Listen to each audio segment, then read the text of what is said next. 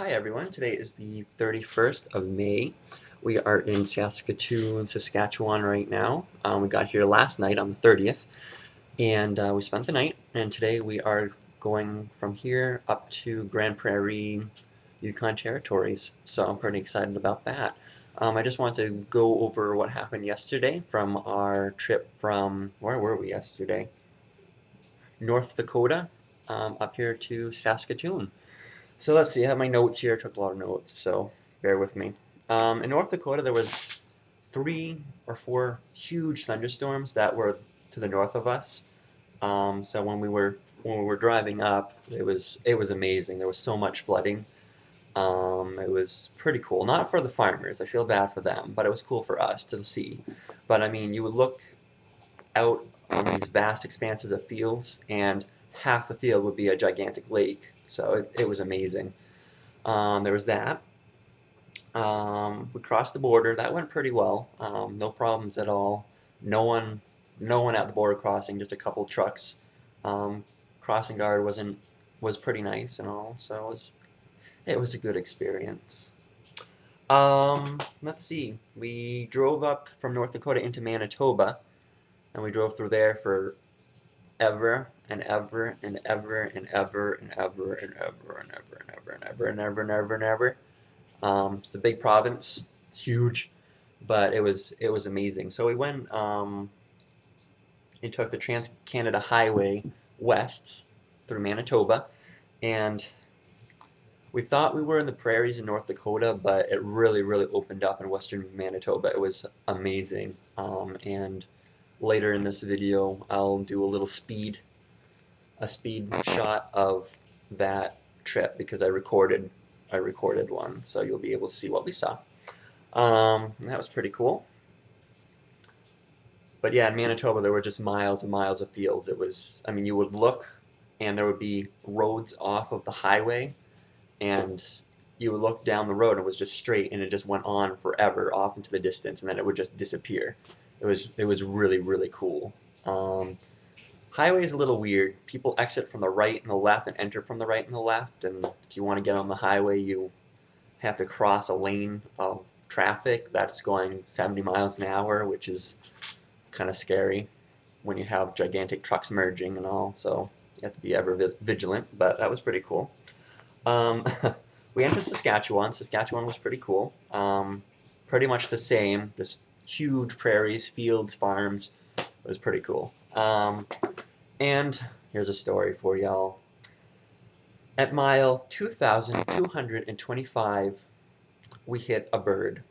Now, the birds are scary here in Canada. They're like little blackbirds are diving at the car and not getting out of the way. And I was afraid for my life during this entire trip while I was driving, while my dad was driving, because I was afraid that a bird was going to hit the windshield, come through, and puncture a lung and kill us.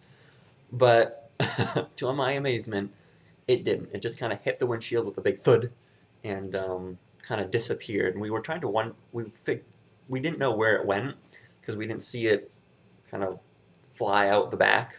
So I opened up the moonroof up above, and sure enough, there it was, very dead, stuck right above the moonroof. So that was not magical, but it eventually blew away. That was really gross, actually. Yeah. It was there for about 100, 150 miles. I wasn't touching the thing, so that was gross. Would you touch a dead bird? Don't answer that. Anyway, oh, what else is on my thing? Blah, blah, blah, blah, blah. There's a lot of telegraph lines, actually, still telegraph lines along the highway. I'm not sure if they use, well, they definitely don't use it for telegraph anymore, and we're thinking that it's power lines, but it's kind of weird because I mean, power lines are very, very high voltage, and these telegraph lines are really low to the ground. I mean, you could reach up and touch them. I don't think you would want to do that, but you could if you wanted to. I wouldn't advise it, but that was pretty cool.